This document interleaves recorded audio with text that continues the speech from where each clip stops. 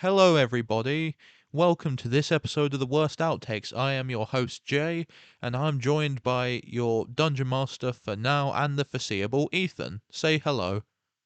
Hello. Hi. Hello. I am here. Indeed, he is, and he's not escaping. He, Yes. I've got him for the full, however long it Well, you're takes. not escaping Yeah, either. no, This dynamic we have is very confusing. We'll figure it out. We're in the middle of a park we didn't. yeah. We're currently each holding a gun to each other's heads. I don't know where we go from Yeah. here. Yeah. We're actually there's like an arm's length between us. The table that we're sat at, we're actually like rubbing knees. Yeah, or are we? Anyway, Anyways. Oh. all right. So Anyways. yeah, what happened last episode, Ethan? That's a very good question, Jay. What did happen last episode? Oh, right back at me, eh? I can't remember. Oh, Yeah. okay, well, I can remember because I'd listened to it, like, not that long ago. Okay, so we went through and we did a Oh. bunch of puzzles. We went down into this, puzzled-filled ruins. Turns out all of those puzzles were actually a massive waste of time because it ended up just looping into the starting room because the puzzles were essentially a trick to distract people who were trying to pillage the place, and it certainly worked. Now that you actually mention it, I do remember a small thing. The apparatus that was at the center of this place, where they found an apparatus at this center room, which they had recently just looped back around to, had started whirring. And we finished the session with Nylan walking into what was a projection with him having to roll initiative. And in fact, everyone having to roll initiative. So that's where we left our last session as well. Yep. So I'm sure that that's not going to sound disjointed at all, and you'll be perfectly clued in for when we get the next episode out next Tuesday. And let it be known that because of that, all future events are Nyland's fault. It's him to blame. And they do know what happened, so it's going to be confusing now, but you're going to be really, I was like, oh, make sure to tell Nyland that it was all on him. Yeah. Indeed, do that. In fact, it's episode 10 next week. That is a big one. Yeah, episode 10. Actually, we've done very well for ourselves. Episode 10 and 24 subscribers today with 3,000 views. They're going up. No, sorry, 4,000 views on YouTube today. Oh, Jesus. We're definitely going on up. Yeah, honestly, it's crazy. Just a big props and thanks and massive appreciation to all these people who have dedicated their time to listening to us. Absolutely. But that's obviously not why you're here for the Worst Outtakes. You're here for updates and outtakes and theories. But you're not getting outtakes this time. What are we getting, Jay? Not theories either. No. Oh, I could pose one theory that Nyland is actually... Okay, no, I thought something would come, but it didn't. Never mind. The theory bank is dead. There are no theories here. Nyland is secretly straight, and actually he's just trying to be nice to Owen because Owen's got a crush on him. Yeah. And that's my theory. I don't even know. I do not understand their relationship. I don't know if out of character they do. Yeah, I'll be honest with you. I'm right there with you, Jay. Yeah. Oh well. But if it isn't outtakes and it isn't a theory, Jay, what's this episode going to be? Oh, I suppose we're gonna have to think of something else to talk about, like... Oh no, let's do some reminiscing. Let's talk about that past campaign that we started off in the last outtakes. Let's continue on from there. That works. Okay, the past campaign that happened in the past but is still going, it seems. Yeah, but these events happened in the past. We're not like predicting the future or something. Very far in the past. Yeah. Very far in the past. About more than a year ago now. That's going to be something that's going to be mentioned a lot until we catch up. Yeah, I think it was 2022 when this was happening. Oh my god, that really puts things into perspective. Yeah. Wow. Okay. So, last time we left off, the group were evading or running away from this place called the Cursed Pines or Picaro, the Cursed Forest, or whatever. This pine forest is very scary, full of a weird, fleshy, cadaver-eating tree and these weird concrete scarecrows, and they found themselves into a village called Mossbirch, with our current party consisting of 3 people. Jay's character, Reldoak, Stream's character, Stream. You said Stream. You said Stream's character, Stream. Michael's... Stream's character... Yeah, Stream's character, Michael. Stream's character, Michael. Stream's character, Michael. And obviously Creo's character, Finn. Yeah, who had met up again with the group at this point because he was once again being present for the session. What do you remember about Mossbirch, Jay? I seem to remember us not going there immediately and finding a cave instead where we committed antics. Yeah, it Yeah, just sort of that's true. wandered off or something. Wandered around into a cave with with a lake inside Yeah, it. and then there was a weird shadow inside it, and then there was a shadowy Yeah, creature hunting the shadow. So we helped the shadowy creature hunt the shadow, and that shadowy creature turned out to be a Kenku named Darkness. our next Yes, character, played by a person who you don't know because he's not here to and this you day. probably won't get Yep, to. yep. No, He's off doing his own thing. person was one of our like long-term people that we played with, but within this campaign they had to leave. Indeed, yes. But they got to some antics in the Oh meantime, God. and we'll let you know about those as things went through. Right. So, after meeting up with the character known as Darkness, the Kenku, that instead of working like a normal Kenku, they were just able to speak in single word sentences. So, when they were like, "Who are you?" he's like, "Darkness." That was just that player's way of wanting to communicate because, to be fair, Kenkus are very hard to play, like with the core Yeah. communication rules. Yeah, I definitely want to give it a go in the future though, because I think it could be interesting to try and do. Certainly don't. I remember trying it, it was hard. Yeah. Oh well. After they met Yep. Darkness and he decided to join them and they killed the Shadow Yep. We killed altogether. his shadow. He just didn't have a shadow Yes. anymore. It's like a Peter Pan situation, but violent. Violent, yeah, very true, Yeah. very true. They did end up killing that Shadow. They got yeah, so they okay, so after getting Darkness, he's killed this Shadow. They all actually ended up deciding to finally go to the village. Yep, and then good old Creo. Well, at the time and still sort of to this day, I didn't really understand Creo's I don't know if it's moral compass or belief set, but we saw some clothes hanging on a washing line, and the owner of said clothes, apparently the owner of the clothes was pre-teenager, and those were teenagers' clothes. So, of course, Creo had an argument with the child and clearly couldn't stand the fact that he was wearing older clothes, so took them all. This will be important later. Yeah, he stole them all. In fact, I think he didn't even bother just to steal just the kids' clothes, just the whole family's clothes, everything on that washing line. Yeah, just for this child having the gall to dress above their age. I know. What a disrespectful child. Creo certainly had some interesting morals.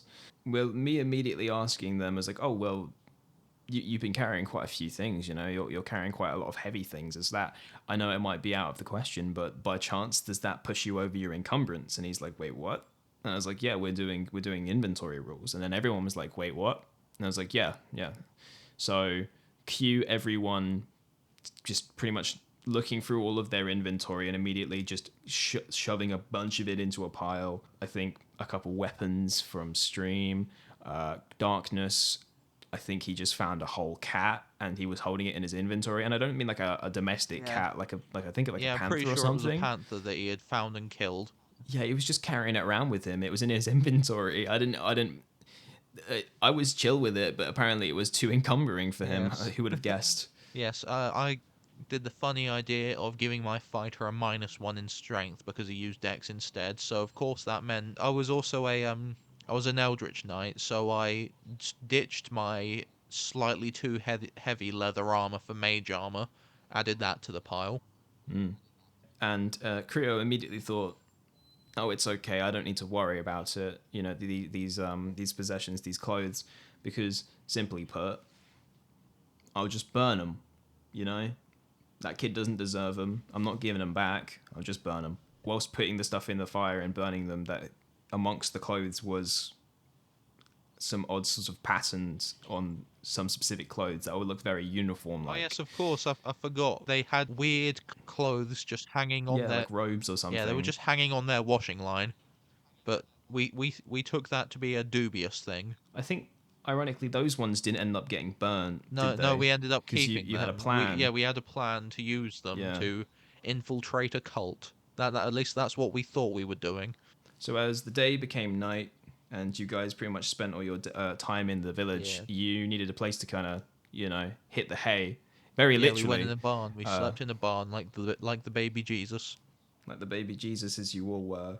So the group, they all decided to get to a decision. What were they gonna do? They were gonna be like, okay, it's the night. It's the night, right? So we're gonna get all these clothes and we're gonna wear them, and then we're gonna go out. When time turns over, and we'll go outside, and hopefully there'll be a sermon going on, and we'll try and join, right? So they were talking about this. I want to be as a dungeon master. They were going over this for so long.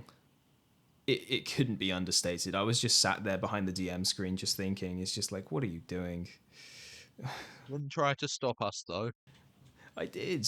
It was just like, so instead of like, not saying trying to stop you, but I was trying to get you to sort of understand by being like, so just to be clear, you're doing this and this at in the morning. And they're like, yes, okay, we're doing that exactly. And I was like, okay, sure.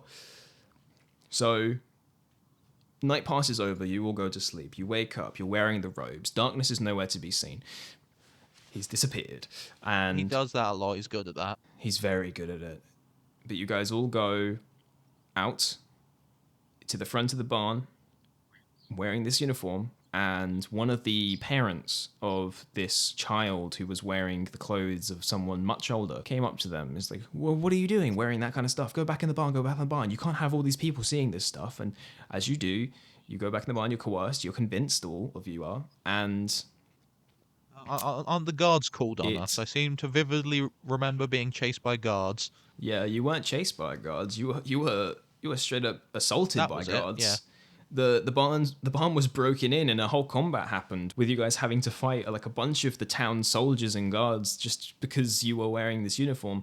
Assumedly, they told on you, and the cult's supposed to be hidden underneath. For the other players were just like, well, it's really interesting that they were trying to tell on that there was a cult within the village, but I mean, by doing that, they've immediately jeopardized the concealment of this cult, which I didn't think of at the time, but it's still funny either way. So you guys fought these guards, and I, it with the sort of dilation of time, I'm not entirely sure if you actually ended up taking a long rest or not, because I don't think it was any point of doing it. I don't think you took any damage. No. But over the time, that fire gradually made its way all the way to the Yeah, village. that pile of clothes that got ignited, that came back. Yeah.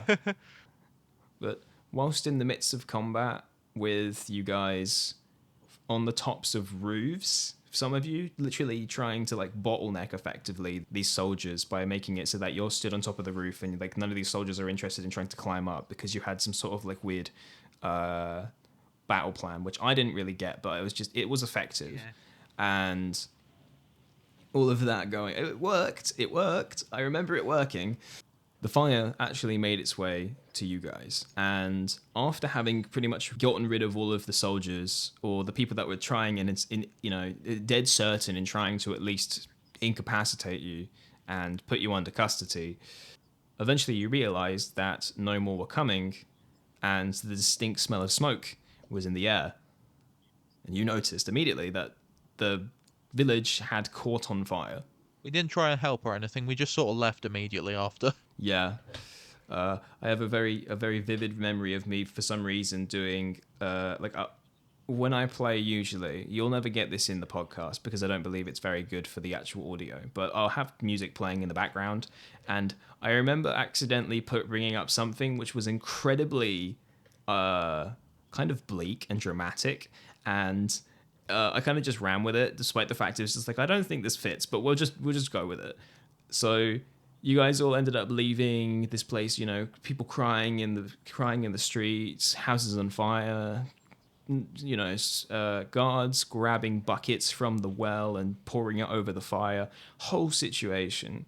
You guys run, and you made your way out of the village to this place, which is referred to as just the main road or the long road, which goes all the way from the very southernest part to the northernest part of this country. And as you guys traveled for what was about like a day or something, And then we got jumped.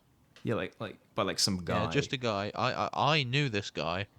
And yes, so this guy, it was a person who worked for my character's father, being person who I was trying to actively stay away from.